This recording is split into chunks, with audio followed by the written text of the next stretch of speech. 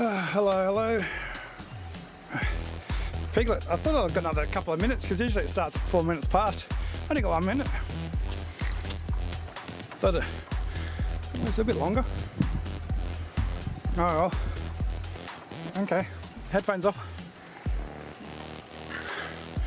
Jersey off. Fan on.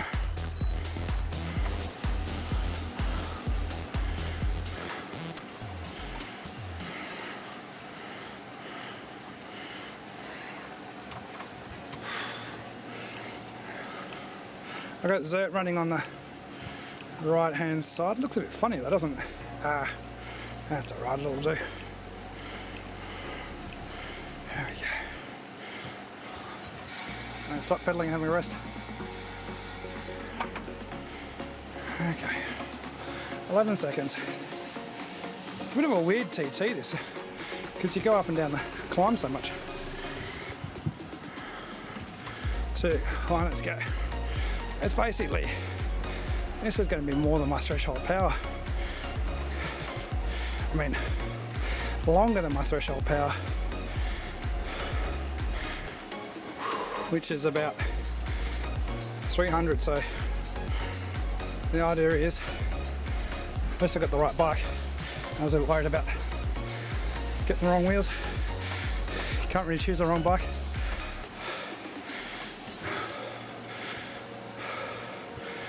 Don't worry about getting dropped here. It's downhill this section.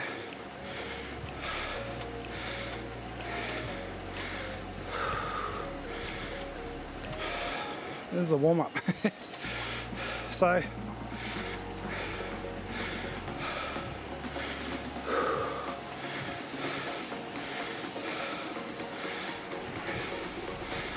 idea is to do a Kyle Jackson. Send it. But I haven't got the mental fortitude for that. I think 15% of the time is cut off. So as long as I do it within the hour.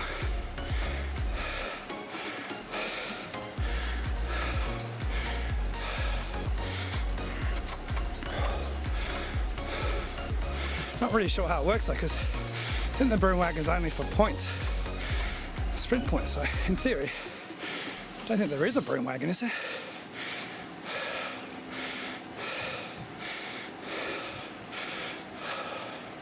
I like the new power graph on Zwift, showing how what zone you're riding in, the durations relative. All right, a little bit harder up here, a little rest, hard again, and then rest.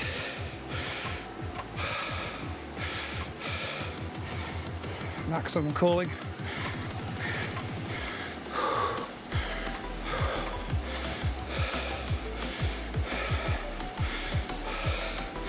Settle into this one, it's gonna be a long one.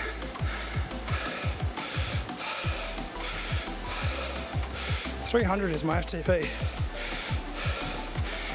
or threshold, which is about my 45-minute power. I think I'm gonna take longer than that. All right, a little rest just here.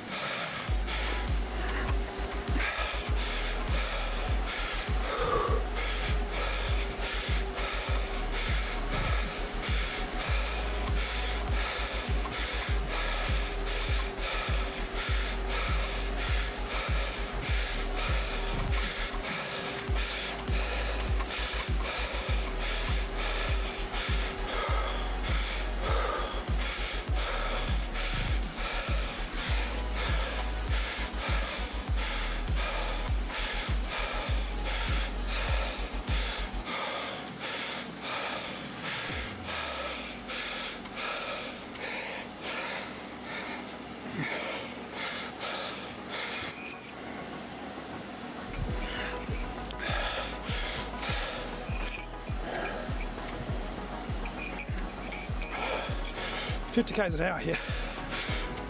No reason to press on back there.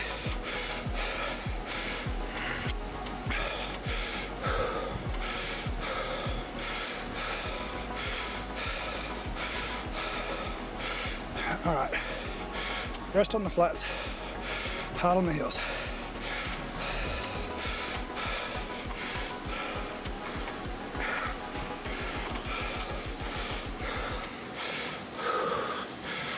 Interesting, XERT hasn't given me any degradation in my MPA yet. It's a harder marker than watt balance.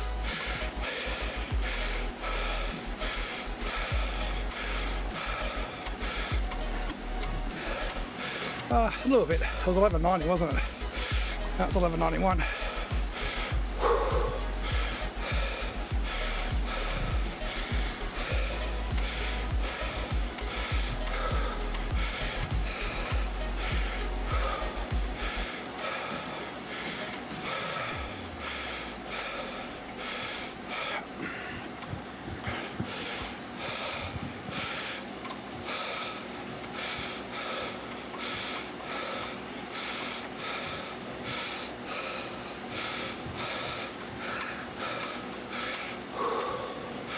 So 61 after the first lap.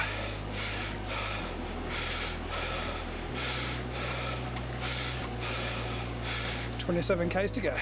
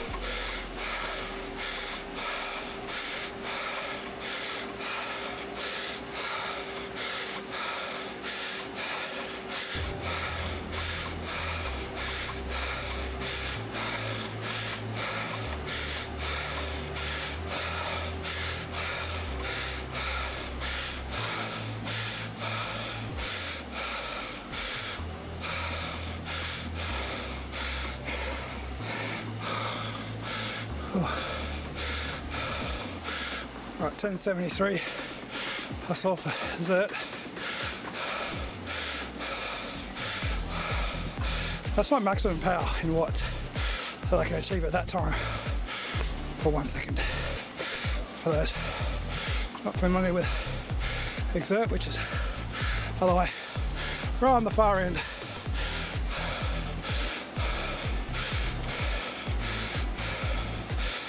So I was with bush turkey. I know, something turkey, rambling turkey, I think, on that second lap first climb.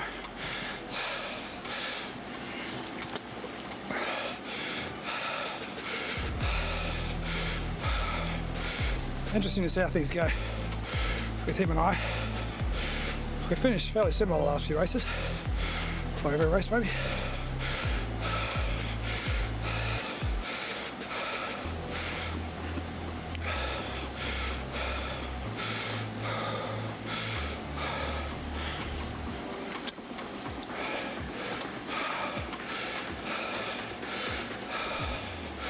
Right, MBA's recovered. 11:32. Time to go back to 300. If I can.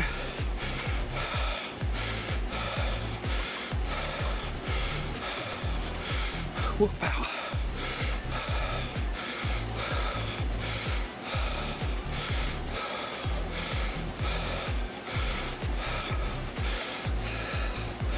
Can't really do 300, can I? It's too hard. 270 sounds good. Keep it yellow.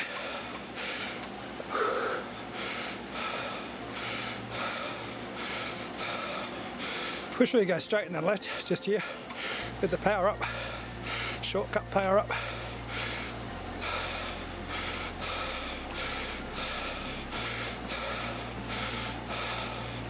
Never done that course, have we? Where you just take a shortcut through there. Surely they can do that.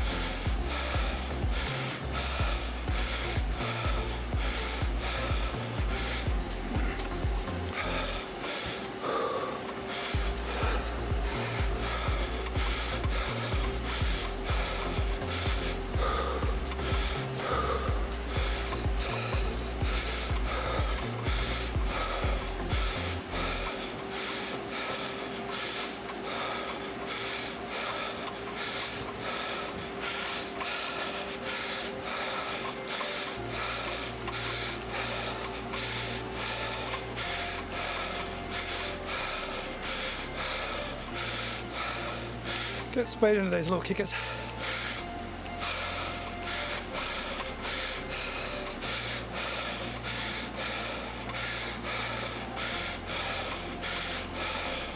Speed up this one's important.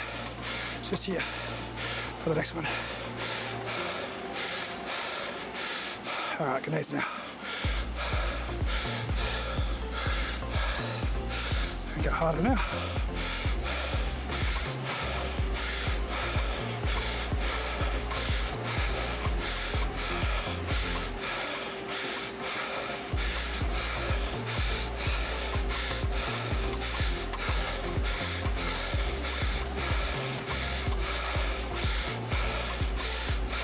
Speed.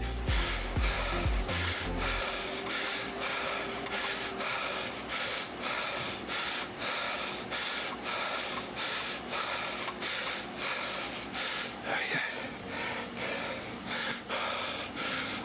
Recover. All right, go another 6 seconds. I'll rambling turkey there.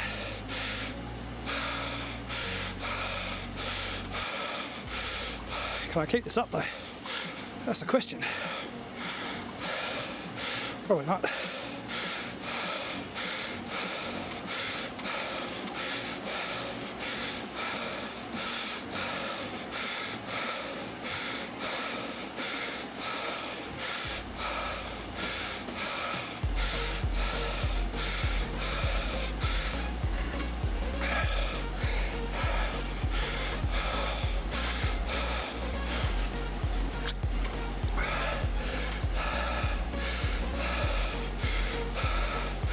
So far, normalised power is my Zwift FTP.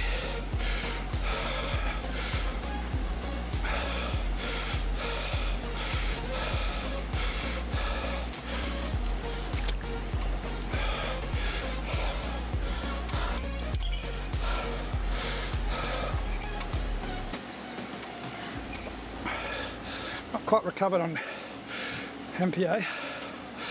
He's up at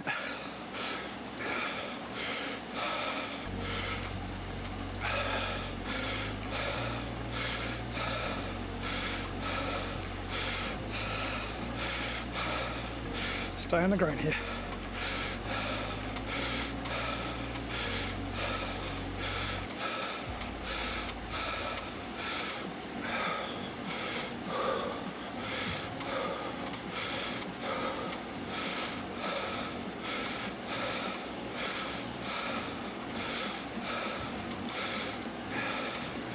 Don't head strong. See what he does. He's doing 3.4. Just a little bit more consistent power than me. What's he doing on the climb?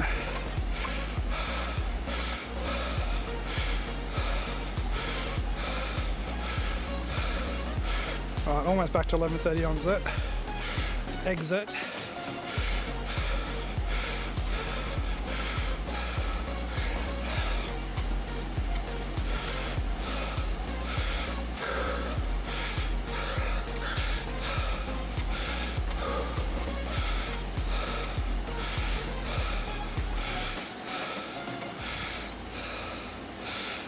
I can't read the chat. It's too small. I've got to increase the size.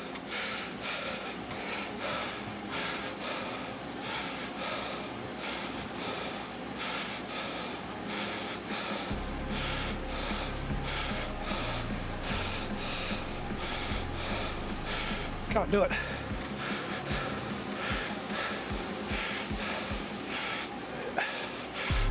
Lost attention. It's source and MPA, so you got watt balance on source is set to about the same watt balance as XERT.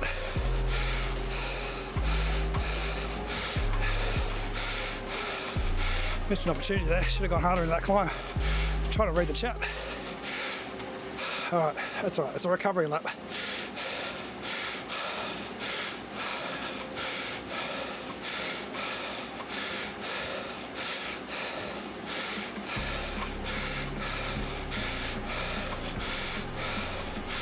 See if I can catch down ahead on this climb.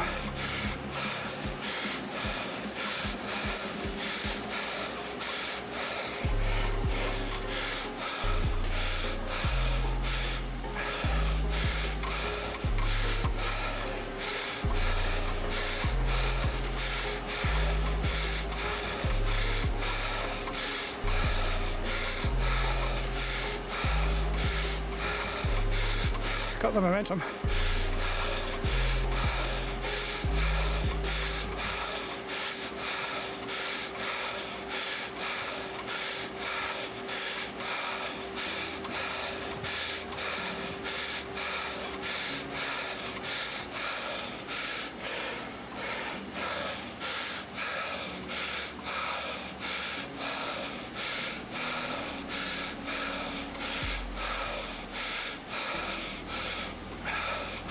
That's all right. I'll try and answer the questions. Basically, yeah, XERT and source. XERT has a slightly higher threshold, but watt balance I base it similarly.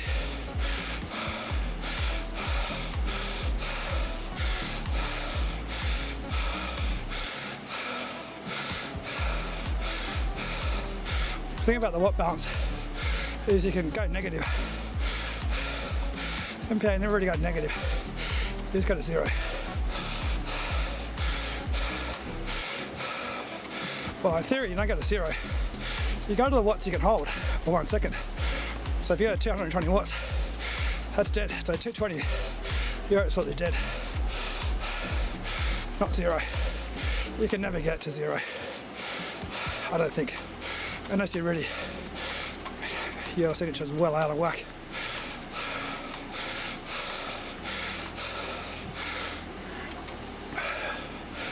I'll try and read the chat after the race.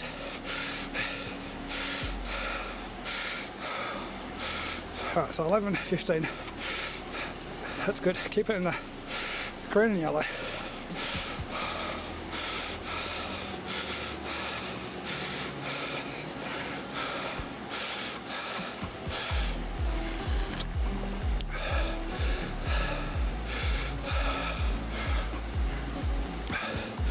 The little arrow in the XERT box is a workout,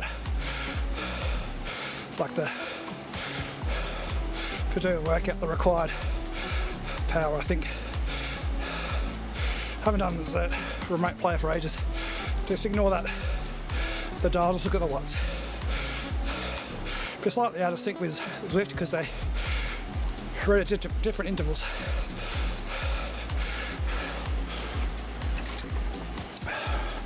But one's amp plus and one's Bluetooth, so I can run my trainer on both apps.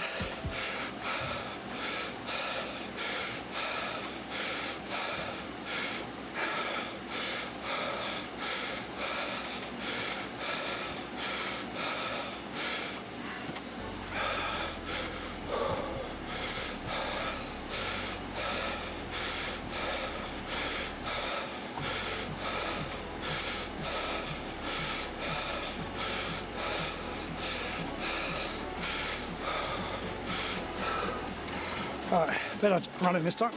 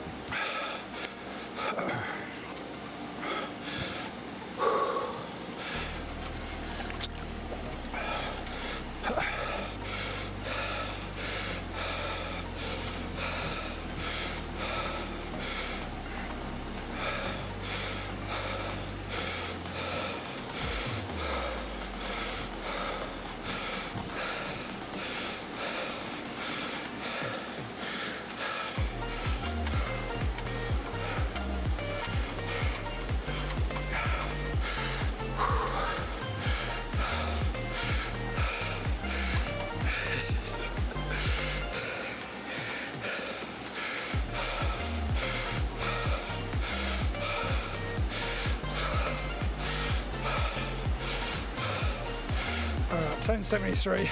Let's recover this after those climbs this time.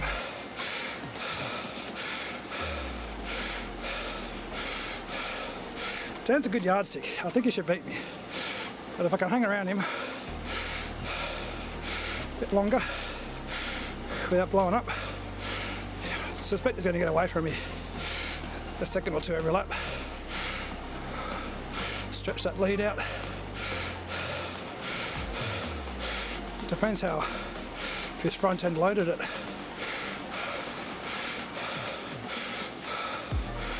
Whoa, there goes Piglet.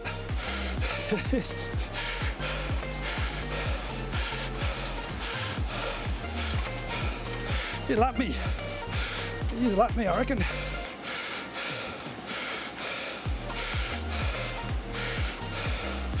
Must be the lead rider. It's the first one to go past.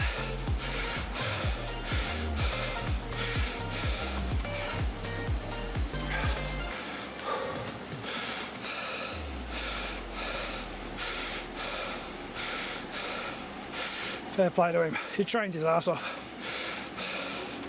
Unlike me.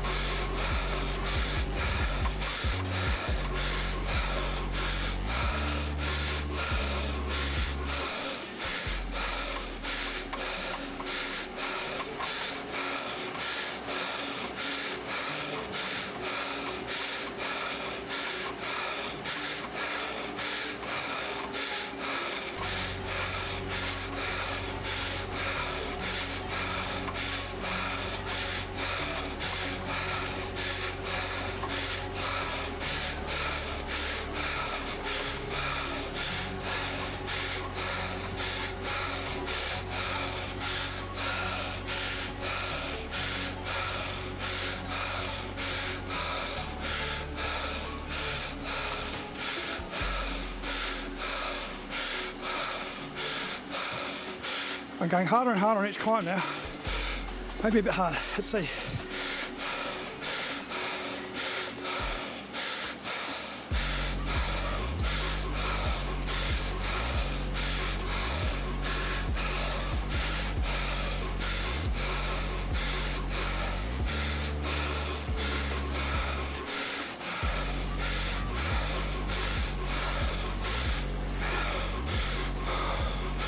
There goes the second place rider, I think, and the third.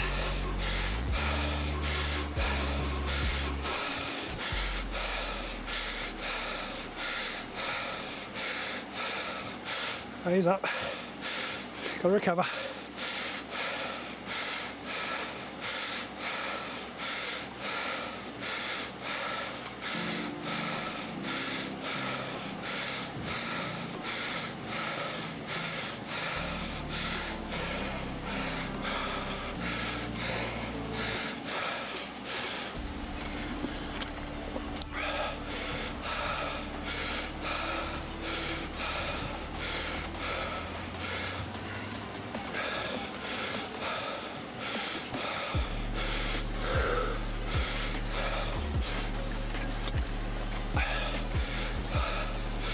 Normalised power still not is 291, 2 watts less than before, but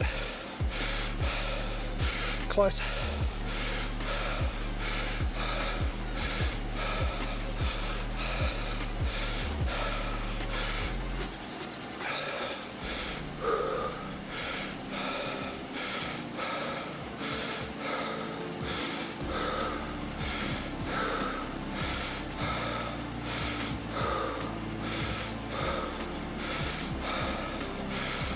Chinese up just here. Give it a recovery.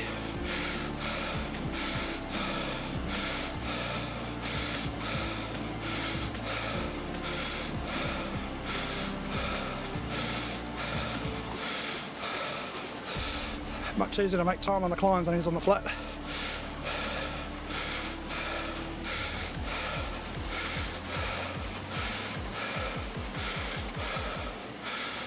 As you can see, Dan keeps getting well ahead of me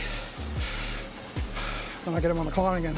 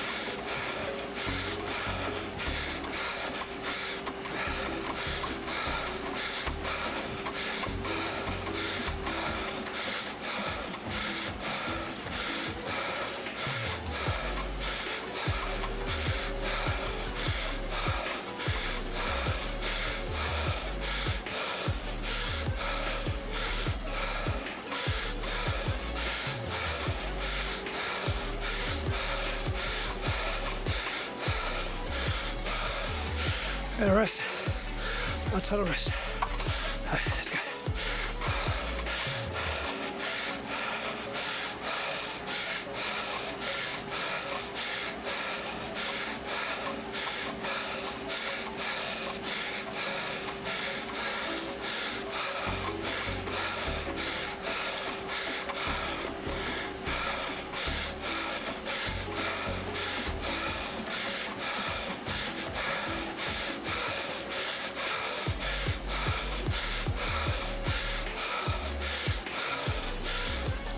Still like doing intervals, exactly the same.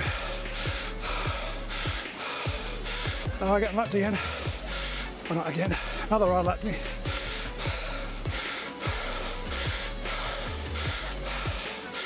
I only got 1, 2, 3 intervals to go.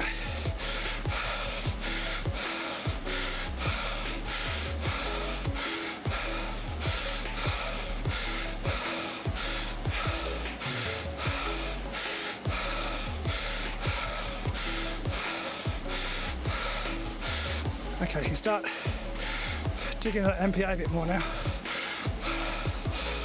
Back and load this.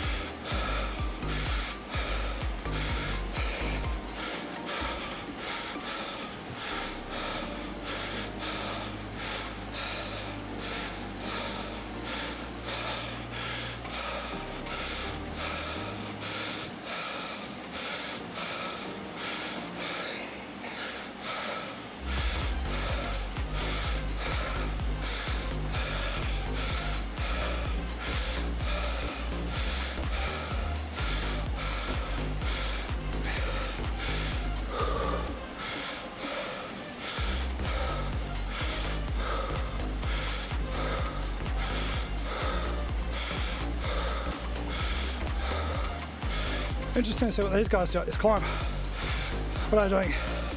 4.6, 1.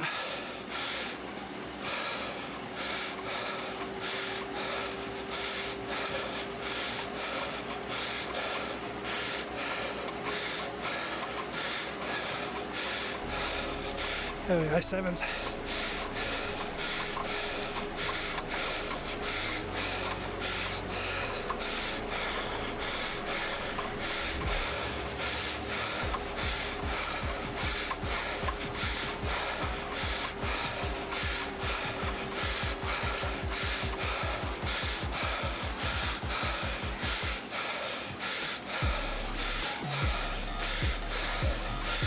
Harder up this kicker this time.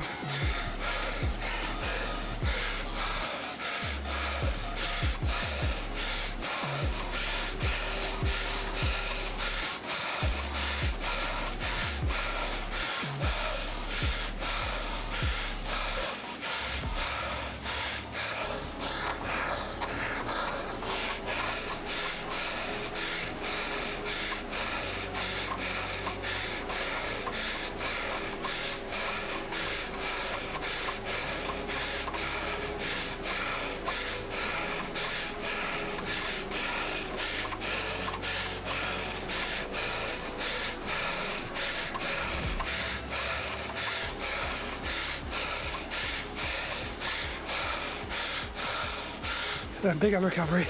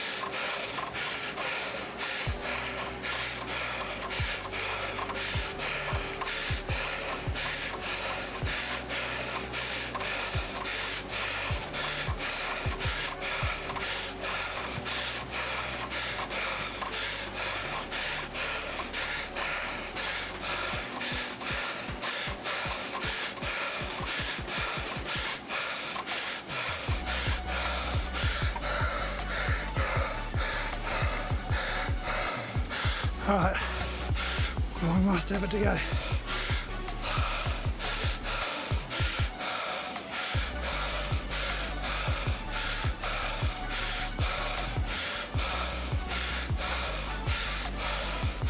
See if I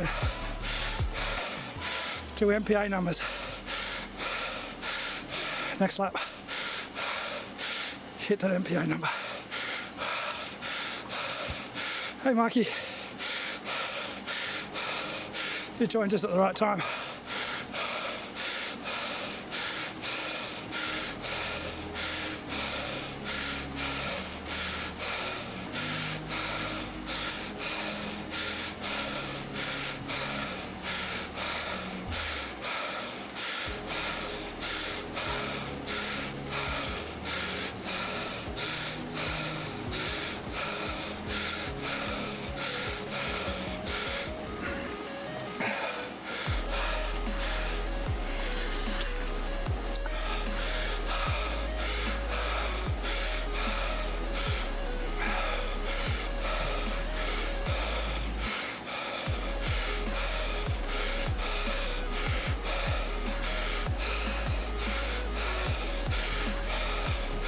Everyone must be doing much more solid numbers than I am.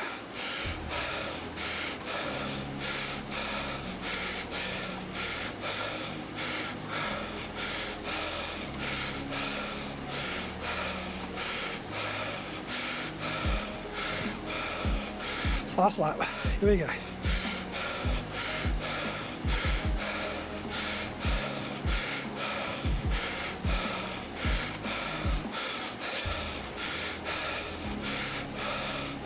I got lapped by that rider. I don't know where that was.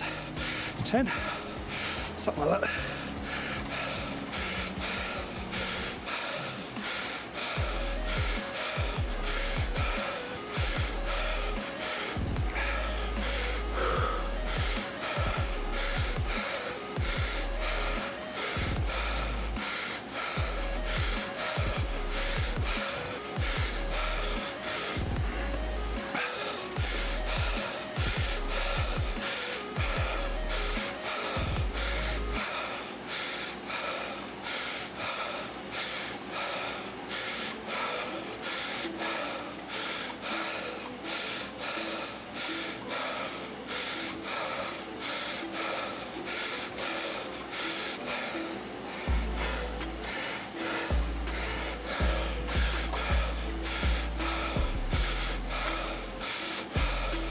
Here we go, at the resistance.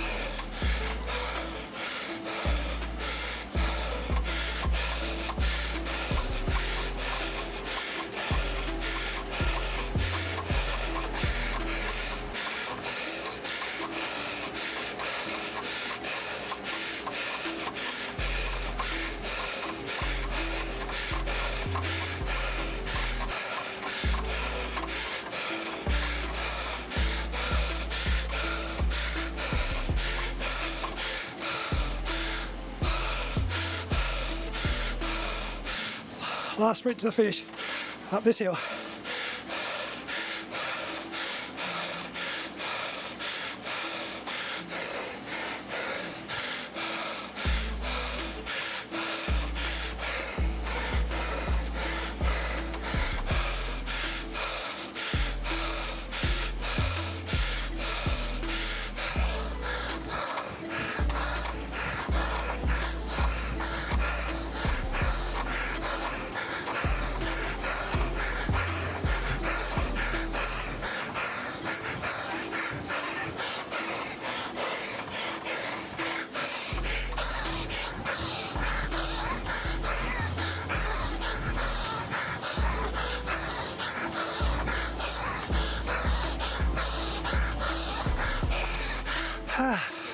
God damn.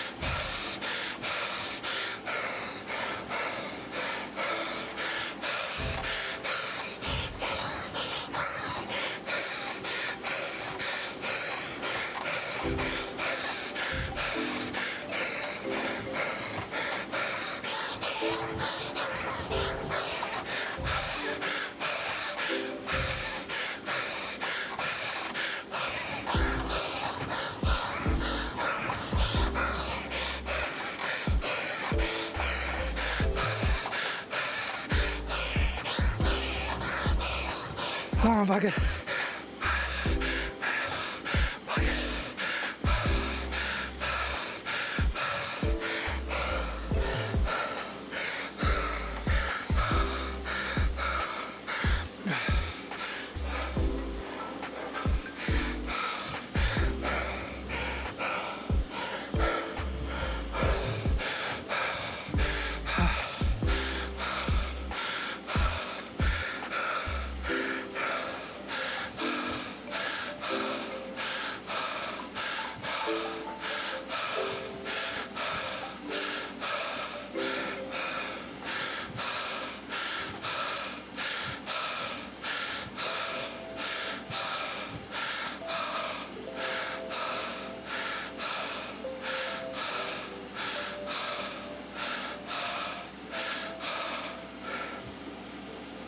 Oh, God.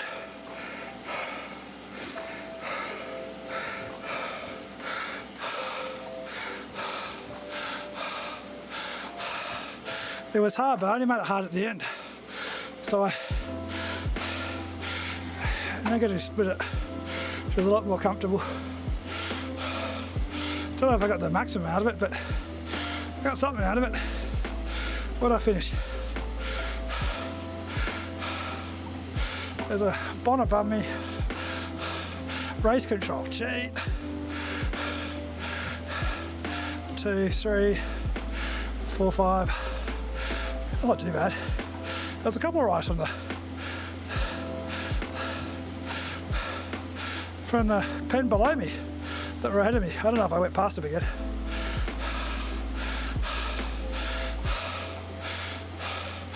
I think this is all time power, isn't it? It's bull crap. Should reset after 90 days. And they should have the option 90 day best power or 90 day power. Because I'll never get back to this. There's no bloody way.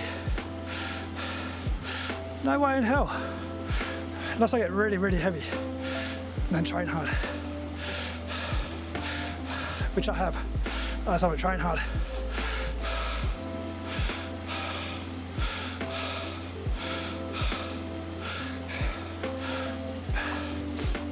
Oh, so it was interesting watching that XERT. So what was the question? I didn't quite catch it at the beginning because I've got my contacts on and the screen's too far away. What'd you ask, Wes? So MPA is XERT. So MPA is that uses machine learning, but it's different than watt balance. So watt balance is, you can empty watt balance but still have a little bit of a kick. So you can be absolutely buggered, but you can still do like a 700 watt kick. It's a slightly different metric, whereas MPA, as you can see, it didn't empty anywhere near as much as watt balance. Watt balance got to like a 50% on the gauge, whereas MPA only went down to maybe 900 watts. The MPA is maximum power available. So if I went as hard as I could right then for 1 second, maximum effort, I could have done 900 watts.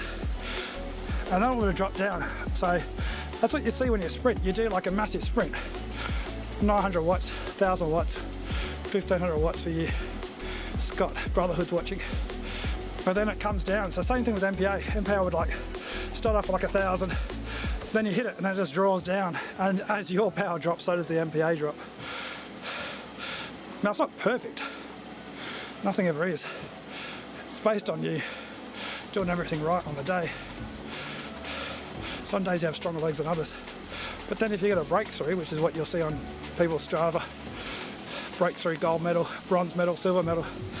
So you've got three energy systems that covers. It covers your low energy, your high energy, and then your peak power. Peak power is your sprinting power. High energy is, I'm not qualified to answer, but it's basically the work you can do above your threshold. So in very rough terms, your VO2 power. And then obviously sprinting power is your sprinting power. But then you've got a lower threshold, which doesn't really, it's on there, but it's not really part of the metrics. So when you get a gold breakthrough, it's when you get an improvement in all the metrics. Silver is 2, bronze is 1. Some people get pissed off because they get a fake through, where you almost reach your maximum effort, and it goes, okay, that was your maximum effort, I'll just lower your signature. because it's really based on being able to do sustainable workouts.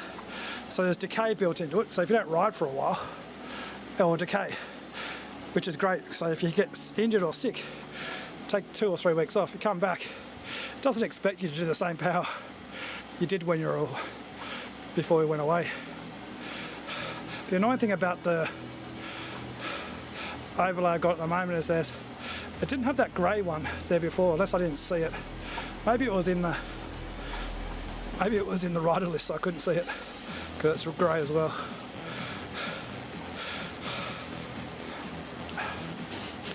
But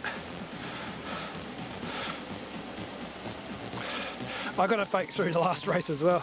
I love them. Everyone else hates them. I'm like, beauty. This is fantastic. Not that I ever do workouts anymore, but if you're ever doing, as you know, like some of those workouts are bloody impossible. I forgot what they're called because I don't do them anymore. Something like higher ground, or the ones that you don't think are that hard looking. Then you got to do them. There's a reason they're is it 4 diamonds now?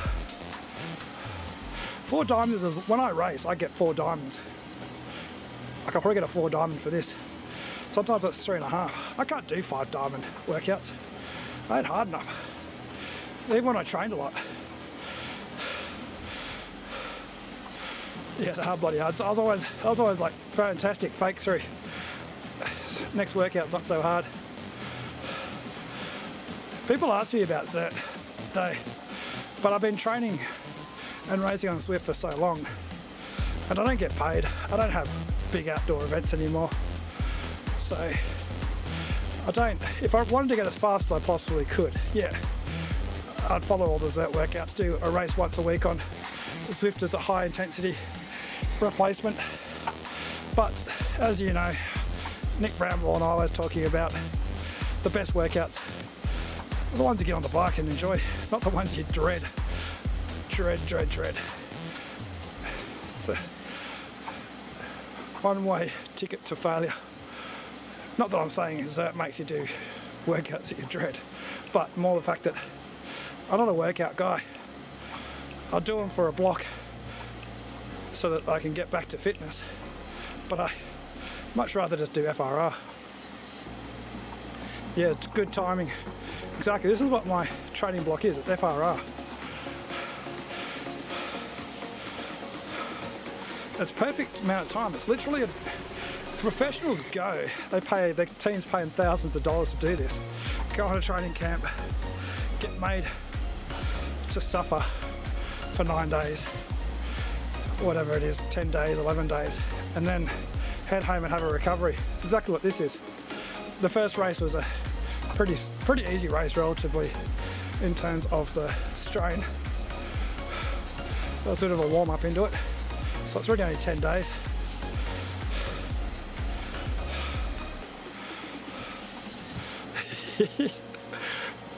I think because I know it's going to be awful because I'm terrible in fitness, but also I've done the other FRRs and the chasing yellows.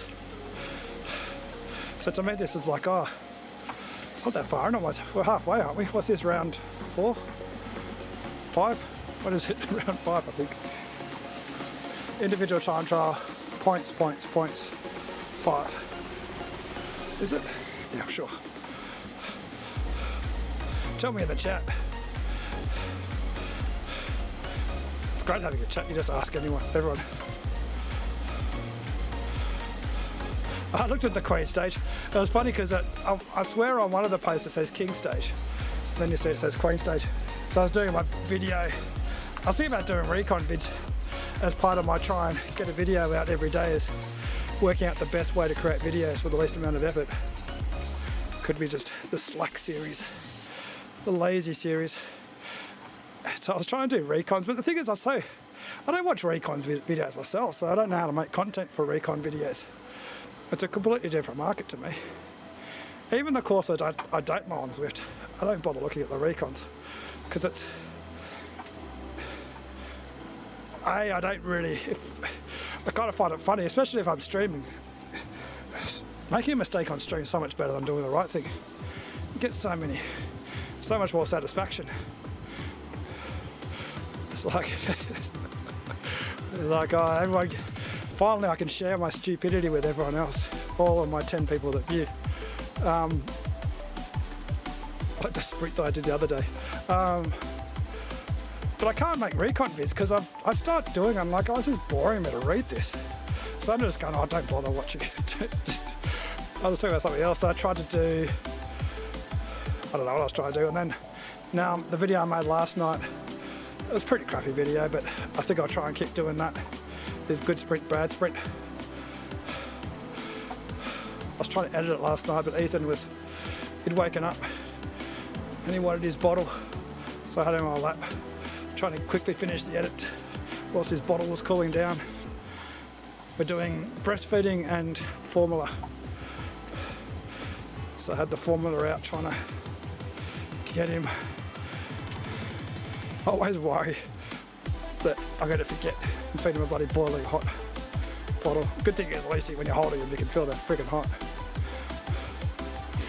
But even when I test, obviously everyone knows, like you put it on the wrist and you test it. I'm like, oh, is that? So then when I feed him the first little bit, I give him a tiny bit and then see if he cries his head off from pain. He's like, that is alright. Oh. I think I worked a hard look at the results. It's really confusing because it says stage 1, 2, 3, 4. And so you think you're looking at stage 4 results, but I think it's cumulative. So if you look at stage 1, that's total points. Stage 2 is total points. Stage 3 is total points. So I'm going to come on for a podium in the sprint jersey. If it's a bit like chasing yellow, it's just a matter of hoping that the people above me drop out, get connection issues. Hopefully I don't drop out. So then I can make a YouTube video about how to be the best sprint jersey in Bonn. I shouldn't belittle it, but whenever I think about doing well in the lower categories, it is in the back of my mind that it's all just to do with the boundaries. Like if I was in the cat above, I'd be nowhere. But it is a little bit of fun to see what you are relative to people.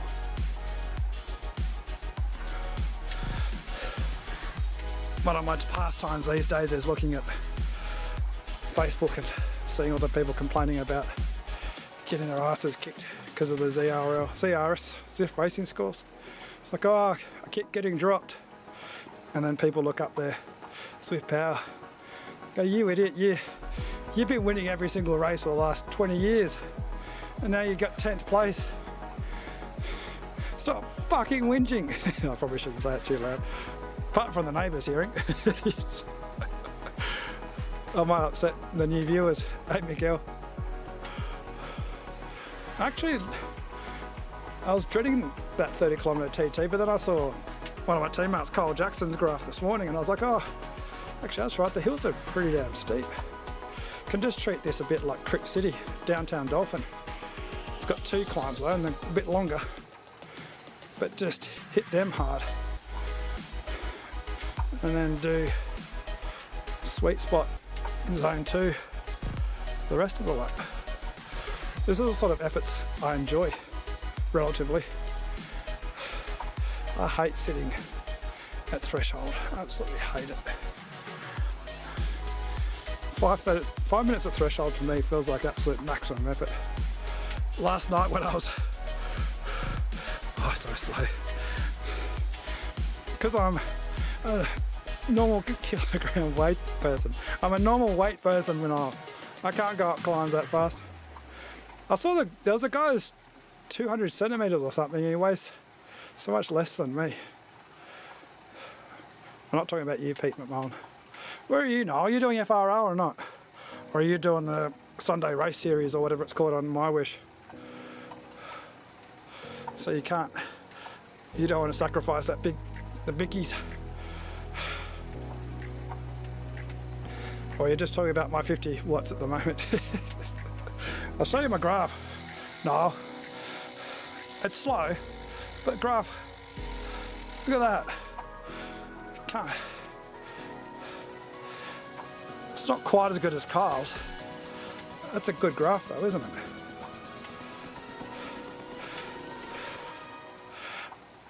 that first lap, I went off. I was trying to hit about threshold, because obviously you don't need to worry about recovering before you get to the first climb. So right at about threshold and then hit that first climb. The biggest thing was trying to work out how hard I could hit those climbs and then get a bit of recovery back to them without getting too slow. But the great thing is you've had other riders around me, so I had something Turkey, what's his name? Jabbering Turkey, Wandering Turkey, something Turkey. And I rode away from him, and then I had, who was it? See the results. Results.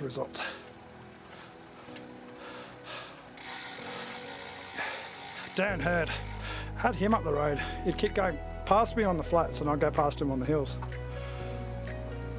What was the time? Jeez, I beat him by a lot in the end. That last sprint up that climb absolutely put masses of time, because he was about 1 second behind me on most of the laps into the banner. And then Rambling Turkey, that was it. Jeez, I beat him by miles. Didn't beat race control. I'll put a complaint in about race control to race control. I got on the scales after Lee Baxter said, oh, you're probably having lost weight because it's the water weight and the stress levels. I was like, probably true. I'm going to jump back on the scales and check. I was slightly lighter, not much. It was enough to change it down 1 kilo.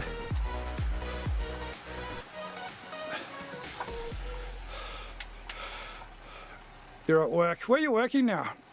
No.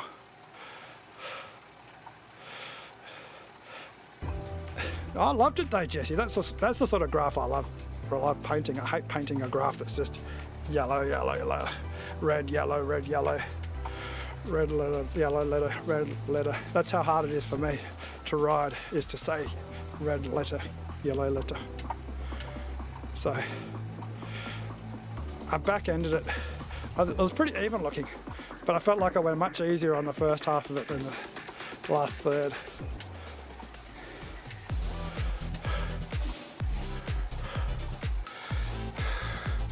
Where's Gatesy? He's always asleep at this time of night, isn't he? He wakes up in 4 hours.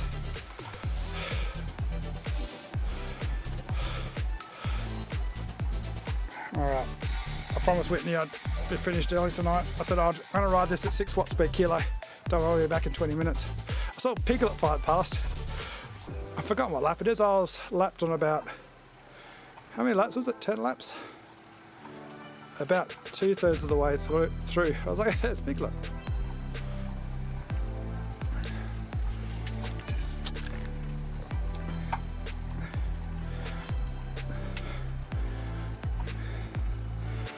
Probably. I haven't been looking at Strava.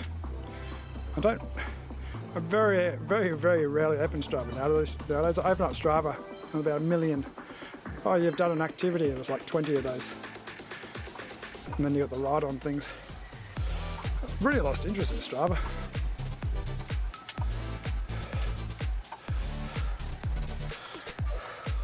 My interest nowadays is trying to get a stream to be consistent. Took me ages to get that right. It was perfect and then it went crap. And this one starts going crap as well. So what's that in the background? Got to get that out of the way. Get that. It's because I've got this screen. And we just.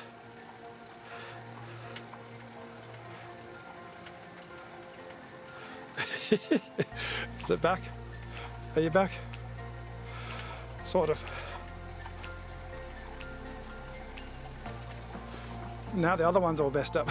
See, crap like this is annoying. That's annoying. I've got to put it in nested scenes, I think. That's the only way to fix it.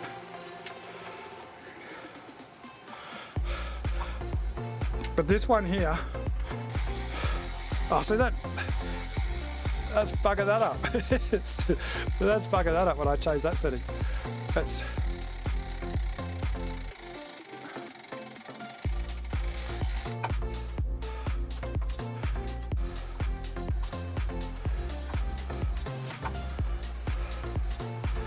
All right. So is that back to normal? Such a knobhead. But I can, with that scene, I can do different things. I just like the fact that you've got a freeze frame and I can just pretty much copy paste that and just put different assets in it. I've got my pod mic, Whitney's microphone, because she doesn't use it very often. So I grabbed it for Rob Bain's 360p chat. And also I realised that he must have had my microphone in Video Ninja settings, like the lowest possible setting, because it sounds like I'm using a Nokia headphone, Nokia phone, phoning in. So I've got that. I do like it, actually. I didn't like it a lot when I first. Yes. The best thing was, I was like, oh crap! After all that effort, Rob spent nights and nights getting everything perfect. He was worried about. We started the stream. He's like, oh, I'll look at this and it's so good, but the border is out by 1 pixel, and it really annoys me. And then we're streaming at 360p. That's good though. I mean, it's the content that matters. I've put the stream as high quality as possible because I've got crap content. I think yeah, because when people started talking about it, I wonder if originally it was, I'm just trying to think, maybe I can check back on the stream at the very beginning. Maybe originally it was 1080p and somehow managed to stuff it up. Don't think you can though. But the interesting thing was, he asked the other week about starting a stream without having, well, not through OBS, because I always do my OBS stream, start streaming, I can come back like 5 hours later if I wanted to, because it doesn't start the stream. I've got to go into YouTube and press start, because I do that. If you've got an internet dropout, my stream just won't stop and finish. A lot of people do that and then ruins their stream. I think Rob's got that setting where if you stop in OBS, it stops the stream. So I was thinking of telling him just to stop OBS, restart it. I mean, yeah, stop streaming on OBS, turn it to 1080p canvas and come back again. I can do that on mine, so I'll just do it now.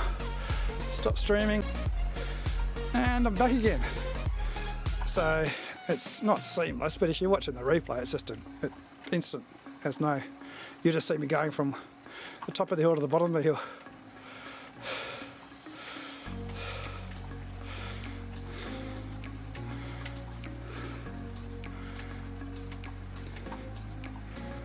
His canvas, so he had it at 1080p on OBS, but then you can downscale it. So he had downscaled. It wasn't 360p, but it had downscaled. I think it was a couple of pixels below 720p, and of course YouTube won't upscale it, so it just goes, okay, it's not 720p, so I'll just put 360p. That's the next one. Or it might be 480. Maybe you can do 480. Anyway, he had it on some stupid downscale because I think when you're setting your scenes up, sometimes if you press, what is it? It's the don't ever press this button that I have in my head. It is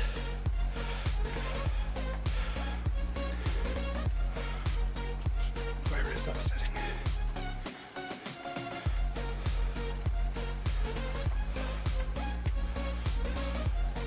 I think it's one of the transform ones. Where is it? Scale filtering. I think it's a scale. Oh, resize output. Never ever resize output. I think that's what he might have hit. And then it resizes everything to whatever your, like everything in all of your OBS. I didn't realize it did it, but I was in a different scene collection for my podcast, so I resized everything in 1080p because that's what he was going to broadcast at. So might as well just send everything to 1080p to him. I came back to my stream and it was 1080p because I did that resize. Don't ever do it. It sucks. And it messes everything up because you go back, like I did, I went back to go to this stream, the 2K stream, and all my windows are all out of skew. I should have realized it as soon as I saw everything was messed up. But when you've got 10 minutes into your race, you tend to miss those things. Plus my camera, I was messing about with my camera not streaming, and I was in ProRes. Came back and I was like, why does my camera look absolutely worse than a webcam? It looks absolute dog. And I did the stream and went and checked the settings, and I was in ProRes. Of course ProRes is going to look terrible. It's not going to... It's supposed to be coming out of a MOV file, not a ProRes file.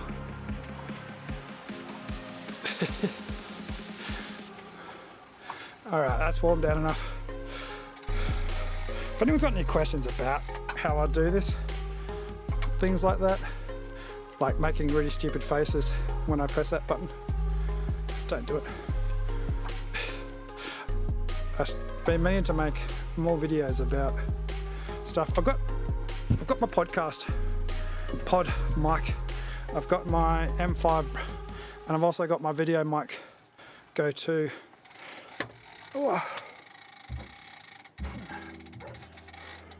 So I've got, this is the one I usually use. I think, yeah, can't really see it very well because it's black as hell.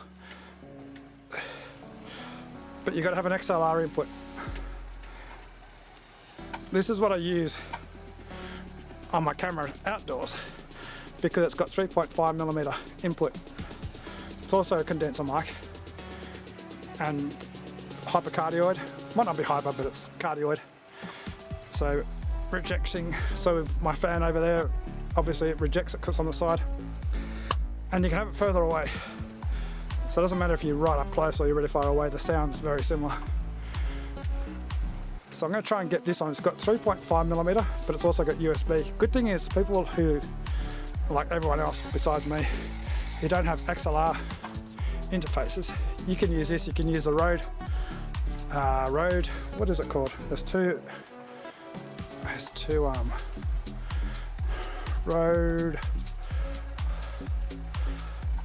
Rode Connect, I think. Anyway, that kind of gives you like a Rodecaster. You can do things, crap like that, but also you can do other effects. You can change, don't know if you can do scenes. I think you can do it like a Stream Deck.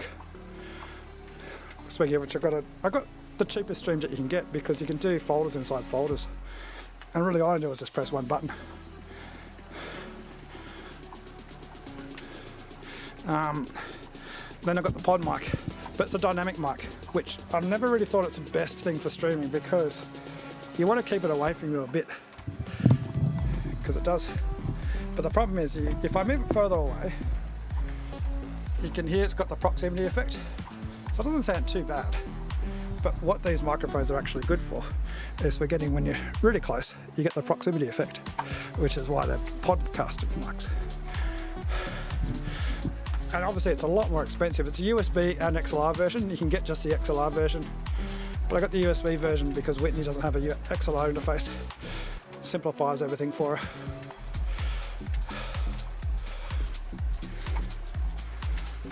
But the funny thing is, she's so used to her bloody Apple pods that she doesn't believe this sounds so much better.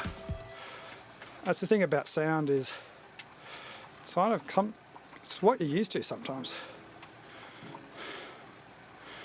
Now I can change all the settings right next to me and mess everything up, but you got presets. I was trying to set this one up today, but I've got to go through. I can just plug it straight into the computer, but then I miss out on being able to control things like my music. At the moment I can independently control my music without having to touch anything on my computer. It's much easier just to do that as I'm riding along. It's overkill. I didn't get it for streaming Zwift. I got it for doing other things, but when you're streaming on Zwift, it's so handy.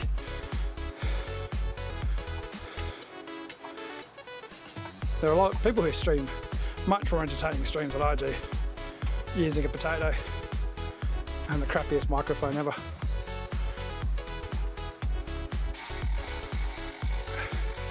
Down the hill.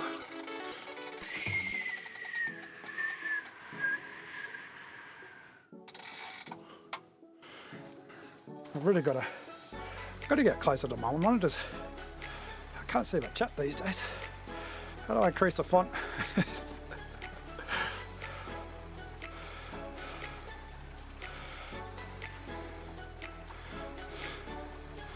I haven't seen what podcast Rob's doing this week. I wonder who the guest is.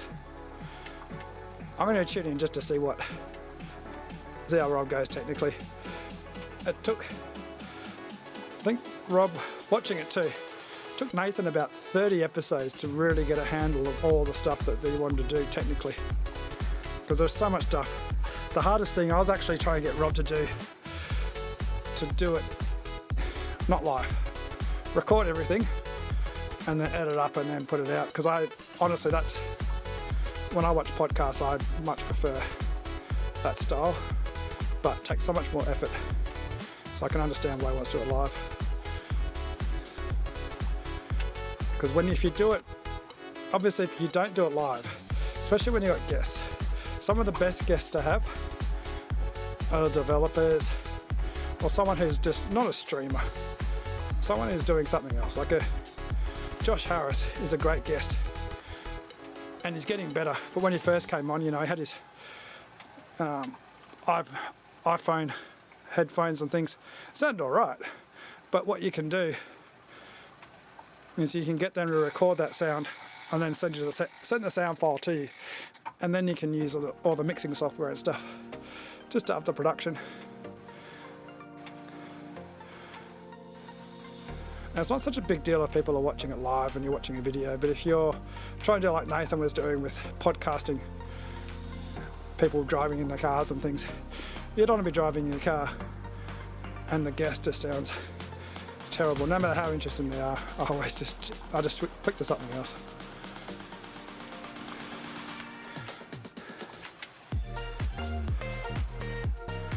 The hardest thing for me actually is getting the volume high enough. I've got to work it out. I've got to do a test stream and absolutely max out the volume completely, because when you upload a video, I can easily get it within, or I can overblow it so that YouTube actually has to dial it back. If you go to Stats for Nerds, I don't think you do it on the stream right now. I might try that actually, but while I'm doing that, I'll try and explain. So if you click on Stats for Nerds, there is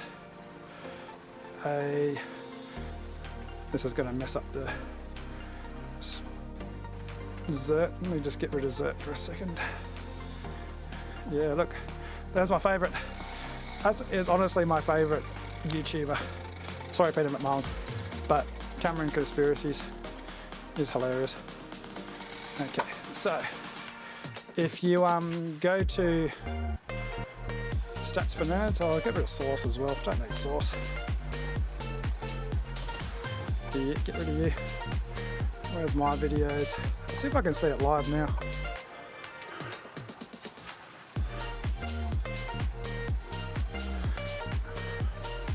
Hopefully, just give me a moment. I've got to.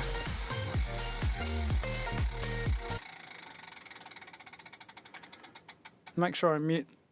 I think I muted it anyway. We'll see. I'll be able to mute it now. Okay, so.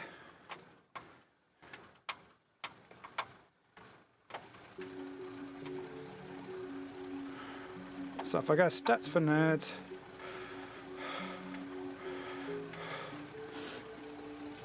yeah, it doesn't show it at the moment, but if you watch a video that has been processed, it'll show you the percentage, not percentage, the decibels. So I got another one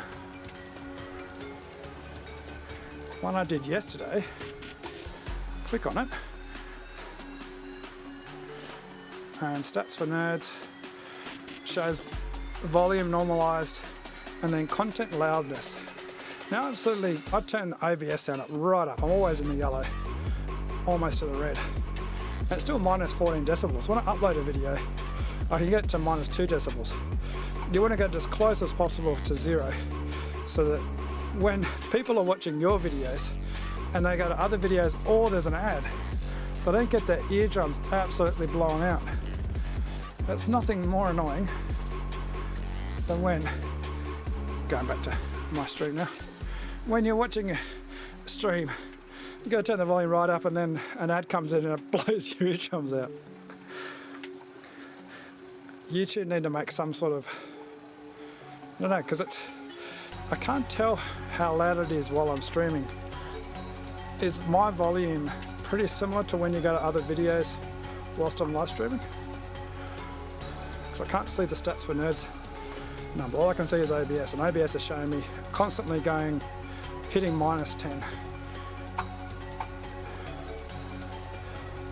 That's right, like just before the red. If I talk closer, yeah, so that's -10, the peaks. But maybe I've got to turn it up more.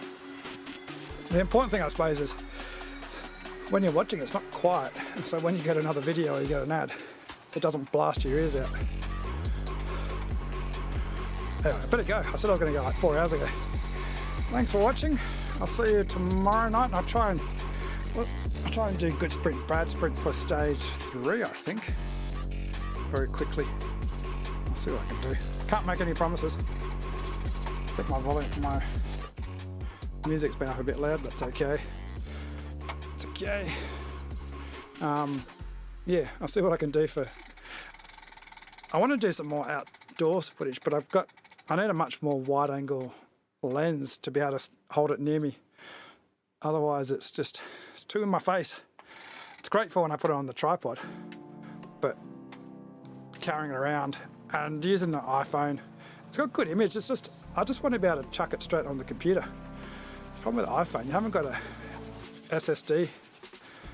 Well, Whitney's, she's got the iPhone 15, not the Pro, so you can't just copy it straight on an SSD. Anyway, I'm gonna go. I'll catch you all later. Thanks for watching. My power, obviously, not much else to explain. So you can see I kept digging into it until eventually, probably about here, where I knew that I only had one lap to go. So a little bit of recovery and then just dig in. I didn't quite get a breakthrough. So if you dive into that, it does join it up, gets the best effort. And what it did is gave, when we're talking in the chat before, when I was talking on the chat anyway, talking about a fake through. So it actually gave me a downgrade in my power. So my previous threshold power was 296, now it's 291. But as I say to Mikey, I'm quite happy to get these ones because it means that my fitness inch is pretty dialed in. Next time I race, I'll probably get back up to 296 or 300. Then you can see my high intensity energy also went down by 1 point. And then my peak power stayed the same. Yeah, so I thought I'd quickly do that whilst I had a chance. And for those who don't use XERT, it also gives you an opportunity to look at it. So it does show distance, work, equivalent power, which is normalized power, but it's probably best to do that for this activity. And let's get rid of that. Why won't it let me do it? There we go. Okay. About there. So equivalent power is 290. So 290 normalized. Not too bad considering I'm very bad at doing long efforts. Training status is red. I've got very low training load, so red means I'm cooked. Need a rest, but the stars, if you're doing 5 stars, you're doing so much work every single week. We're doing 15, 20 hours of riding. And this ride was a difficulty rating, the highest difficulty rating you get the 5 diamonds. So very difficult because I was always digging into my MPA. And power duration just shows that I pretty much close to my expected. Then you got advanced stats. Go through a bit more of that. Oh, here goes a nice sounding car. Back to home. I haven't actually looked at this page in depth for a long time. There's a lot of things that have changed. So there's my activities program. This is basically, it's all red because of FRR. If I was doing, say, a base build, it'd be blue. And then all these things, I'm not going to bother going through too much. You can all press pause and have a look at it if you want to. And then there's So my event, I've got set it for 2nd of December. I'm not really following the training plan though because I'm doing FRR, aren't I? Not really doing any. But this is where the smarts come in. So it's saying that I've got my event here. So at the moment I'm doing way too much. It wants me to dial it back, but it is what it is. I'm doing far too much. These are so as I was talking about, we got the high intensity energy. So this is anything below your threshold. This is above threshold, and this is your sprinting pretty much. So it's much easier to accumulate a lot of fatigue under threshold. A little bit easier, but it's very impossible. Which is the reason, mathematically can see why it's so much easier to do long, slow distance, because you can accumulate so much more fatigue doing long, slow distance. It's very difficult to go around sprinting and accumulate a lot of fatigue. What else can I show you? I've got planner. So it's just shows the amount of, so XSS is a bit like TSS, but slightly different. You can get over 100 XSS in an hour compared to TSS. It's more to do with the work you're doing and training, so I can do my workouts. I showed the video before. I can push this to Zwift if I wanted to, or it can be already in there. Probably would be already in there. And then you got my progression. Now this is probably the more interesting one for people to look at in terms of my total. So I can choose forever. Now you can see how much I've dropped off in my training. It's going to be pretty slow because it's very long. I started using this well back in 2018. You needed a power meter, so I was doing a lot of riding without power meters. So this is occasionally, and then also I did go overseas for a bit, had a big crash, and then you can see I started really building up. I think I broke my collarbone around here, then back into it. And then of course lockdown, COVID hit. So it was very easy to do a lot of training. And there's a few stupid like Everesting and 8-hour rides in here, outdoor events, 300 kilometers of racing or things like that. I suspect that's probably what that one might be when I did a 12-hour day. Anyway, you can see that now I haven't got everything on there. So this is, let me just bring up, so that's strain. Then you got fitness signature.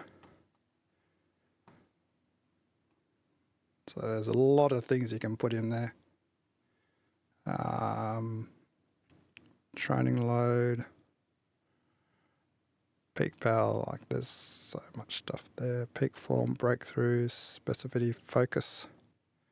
So focus is what XERT, one of the things it does with your training is it tries to, if you want to train to be a sprinter, it tries to bring your focus down. If you want to be a triathlete, it tries to bring your focus up. Where can I just basically just show my training load? I can do my lower threshold, my threshold power. Get rid of, I just want training load. Maybe if I go to XPMC. From memory, that's the best one to show it. There we go. So I keep my threshold power, get rid of, don't need all those information, form, forget about that. So that's a very good graph to show can't get rid of these metals, but they're the breakthroughs.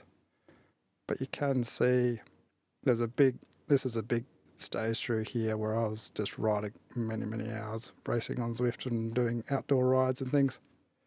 My training load, I think the highest I got around 120 something.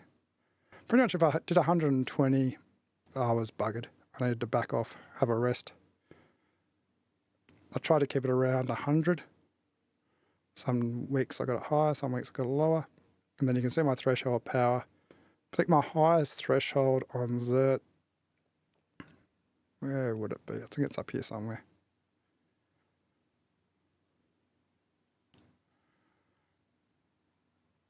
I could probably dial it in because it's pretty much relates to training load. There we go, 381. You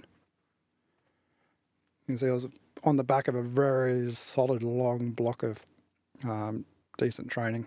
I did a lot of training here. I can't remember why. Probably just getting on Zwift a lot. So, but you can see my threshold power wasn't as high. I was probably training a bit smarter here.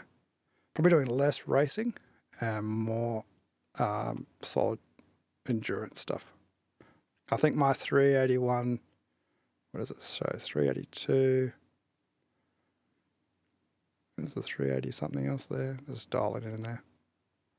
There we go. So there was this one. That's when I did